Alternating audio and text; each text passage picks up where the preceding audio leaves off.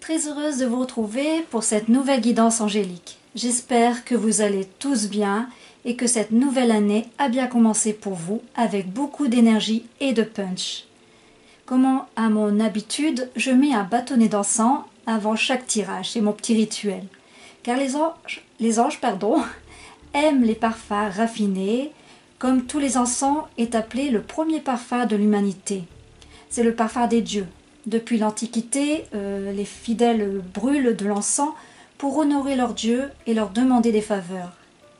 La notion symbolique a perduré et il représente le lien entre la terre et le ciel, la connexion entre les hommes et le divin.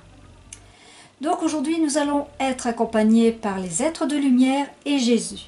Et nous allons voir ensemble quels messages vont-ils vous délivrer par rapport à votre situation actuelle. Ils sont là pour vous guider, conseiller, prendre conscience de certaines choses. Donc cette guidance angélique va vous permettre de comprendre cela et de décoder tout ça, pour vous faire avancer sur votre chemin de vie. Pour ceci, j'ai utilisé plusieurs oracles. J'ai utilisé l'oracle angélique de Marie-Chantal Martineux, les anges gardiens de la lumière de Kyle Gray, communiquer avec son ange gardien de Marilyn Colombe. Et le dernier, pour la carte conseil, j'ai pris le message d'amour de Jésus.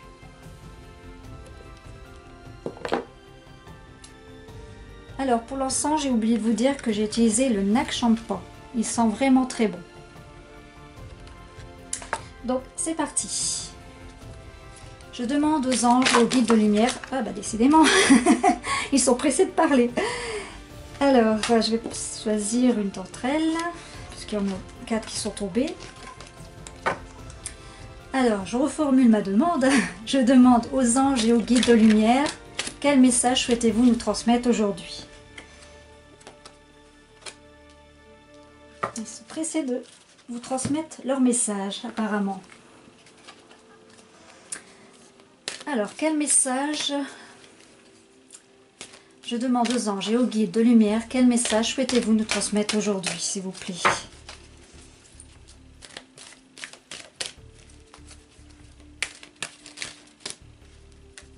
Hop.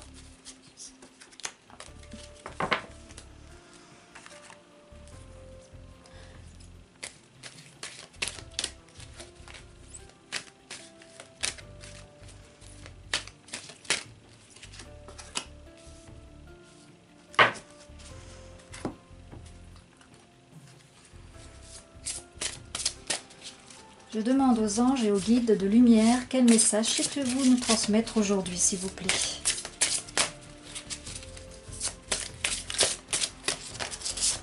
Celui-ci, ces 4-ci.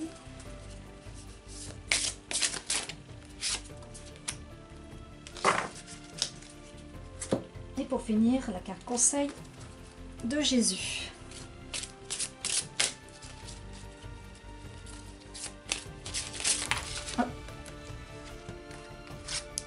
Ah bah il y en a 2. Je vais voir si... Ah, elle colle. Voilà. Alors, pour ce choix, je vais vous mettre 2 petits anges avec un cœur argenté. Et le deuxième, un ange en train de lire. Maintenant, je vais vous laisser quelques secondes pour choisir votre tas qui vous parle le plus. Je vais vous demander pour cela d'écouter votre intuition pour choisir le tas numéro 1 avec l'ange et le petit cœur, le tas numéro 2, l'ange avec le livre.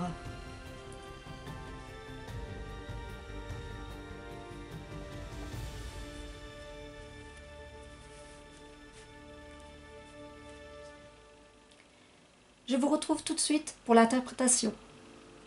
Pour ceux qui ont choisi le tas numéro 1 comme le tas numéro 2, il se peut que certains messages pourront vous parler et que d'autres non. Cela ne veut pas dire que dans le tas que vous avez choisi, tous les messages vous vont correspondre.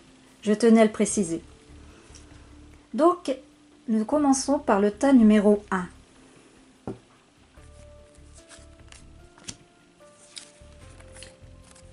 Alors ici nous avons l'ange de la créativité. Arrête de t'apitoyer sur ton sort. Et les Myriam. Alors, l'ange de la créativité, il vous dit « Retourne à ton essence pure et naturelle de création. Laisse-toi emporter et exprime-toi, peu importe la voie. Permets à ton cœur et à ton âme de se matérialiser d'une façon ou d'une autre dans la matière. Ton pouvoir créatif prend naissance dans l'écrin sublime de ton cœur, de ton esprit et de ton âme. Offre-lui une place privilégiée au sens de ton expérience terrestre, pour te permettre de toucher le ciel et de te créer une vie merveilleuse et remplie de possibilités. Une vie qui sera à ton image, unique et sublime. Améliore la vie des êtres qui peuplent ton univers, permets-leur de goûter, d'admirer, de ressentir, de lire et de grandir dans la lumière de tes créations, quelles qu'elles soient, en leur offrant les fruits de tes créations. Tu permets aux autres de toucher le divin, de toucher Dieu. Ne sous-estime pas ton pouvoir créateur. Chaque petite parcelle de création qui a pris naissance dans le cœur permet de changer le monde et l'élever. Voilà le message pour l'ange de la créativité. Alors, le deuxième message qui disait « Arrête de t'apitoyer sur ton sort. Allez, secoue-toi. Tu n'es pas le premier à vivre cette situation et tu ne seras pas le dernier tant que tu restes là à contempler la difficulté. Nous perdons un temps précieux et nous nous empêchons d'être heureux. J'aimerais que tu saches que j'attends sans te juger. » Votre ange gardien est conscient de ce qui vous arrive ou de la situation dans laquelle vous vous êtes mis. Il veut vous faire comprendre que cela ne vous servira à rien de vous apitoyer sur votre sort. Inutile de sortir les phrases habituelles du genre « ce n'est pas de ma faute » ou « je suis une victime ». Oui, il est possible que les événements que vous vivez ne proviennent pas d'une décision que vous avez prise dans le passé, mais ils sont la plupart du temps la conséquence de vos choix et de vos gestes. Votre ange gardien ne vous juge jamais, au contraire. Dans le moindre lueur de prise de conscience de votre part, il se dépêche de vous aligner sur le bon chemin. Celui qui vous ramènera dans votre mission de vie. Vous avez le droit de prendre une pause, que ce soit d'une personne ou d'une situation, mais vous devez rebondir une fois que vous retournez votre énergie. La solution n'est pas de continuer à contempler votre mauvaise fortune. Alors ici nous avons le troisième message qui sont les Myriam. Choisissez de pardonner pour guérir. Voyez la lumière en tout. Rappelez-vous que l'amour n'a pas de limite. Les Myriam, ce qui signifie les bien-aimés, sont des flammes jumelles angéliques, siamoises. Chacune est le miroir de l'autre. Ce sont les anges qui apparurent à Marie-Madeleine près de la tombe de Jésus. Ces anges lui parlèrent directement et l'aidèrent à dépasser son chagrin, afin qu'elle soit capable de communiquer avec lui après sa mort. Elles peuvent aussi nous aider à surmonter les nuages de la peine. Elles soignent les chagrins de toutes sortes, y compris ceux qui sont provoqués par la religion ou par l'idée que Dieu ne nous aime pas ou ne nous accepte pas, à cause d'une faute commise un jour. Les Myriam nous rappellent que nous n'avons pas demandé pardon à Dieu, puisqu'il nous a jamais condamnés. Voici une vraie occasion pour vous de surmonter dès aujourd'hui votre chagrin ou votre peine. Les Myriam sont présentes et vous entourent de leur lumière sainte, afin que vous retrouviez un sentiment d'union avec l'Esprit. Vous êtes aimés au-delà de tout. Choisissez de voir la lumière divine en toute personne et en toute chose, sans poser de limites.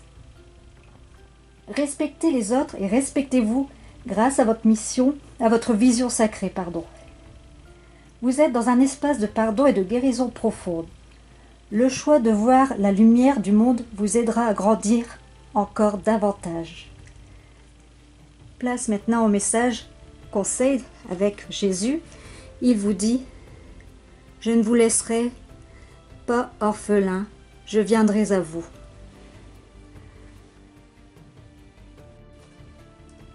Tas numéro 2 pour ceux qui ont choisi l'ange avec le livre. Alors c'est parti. Ici nous avons l'ange de la paix.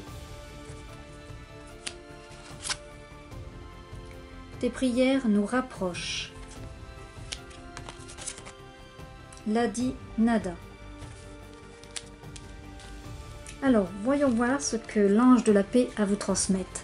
Mais avant, je ne sais pas si vous voyez ici, l'ange de la paix, elle porte autour de son cou un pendentif, le symbole de paix universelle. Peace and Love. Il est l'un des symboles les plus populaires et positifs du monde. Il a fait les grandes heures des hippies durant l'été de l'amour en 1967.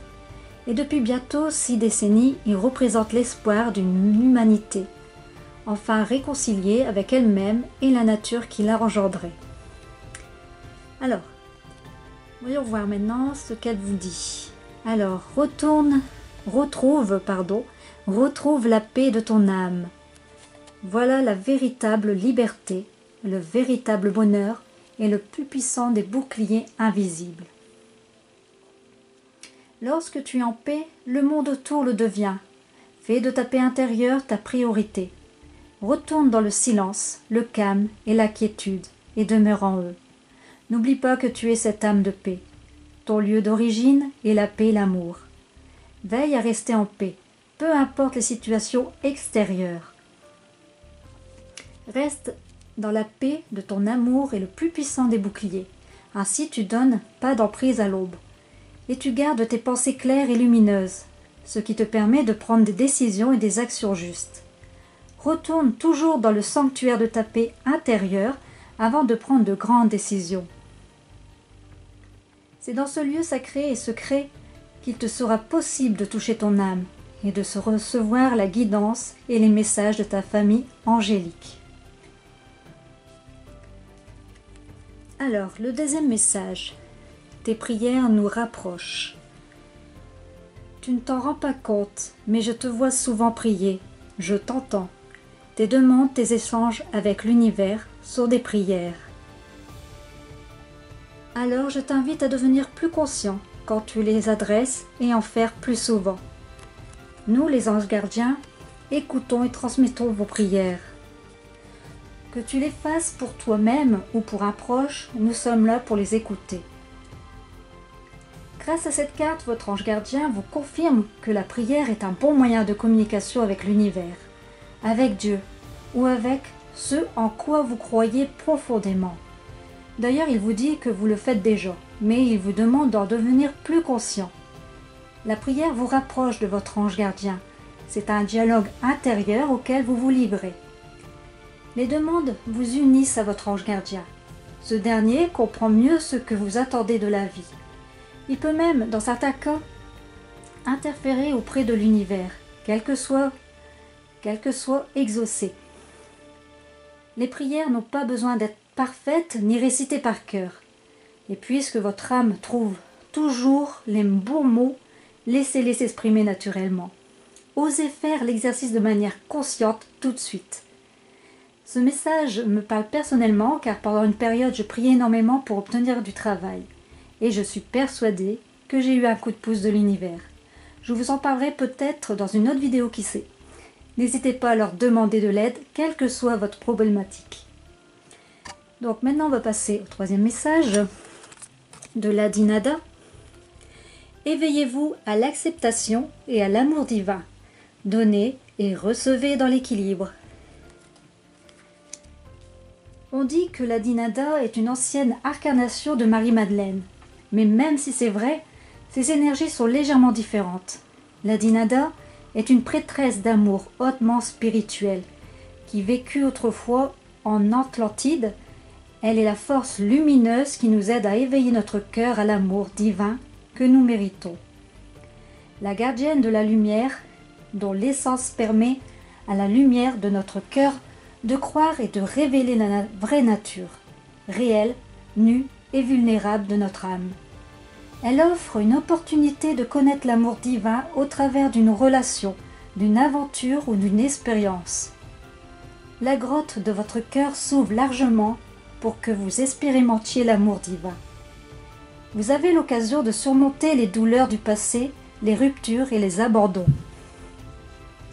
C'est une merveilleuse période pour vous chérir et vous aimer, et pour vous laisser chérir et aimer par une autre personne. Si vous sentez l'amour se révéler clairement dans votre cœur, prenez courage et entrez dans un état de confiance. On vous rappelle que lorsque le véritable amour est présent, l'amour divin, il n'y a aucun obstacle à franchir. Il est là, pur, clair et évident pour vous. Vos relations s'harmonisent à tous les niveaux de votre vie. Donnez et recevez l'amour divin en votre nom et en celui de tous ceux qui vous entourent. J'ai ressenti beaucoup d'amour à travers ce message magnifique. J'espère qu'en tout cas que ce tirage vous aura plu et que ces messages vous parleront et qu'ils répondront à tous vos questionnements.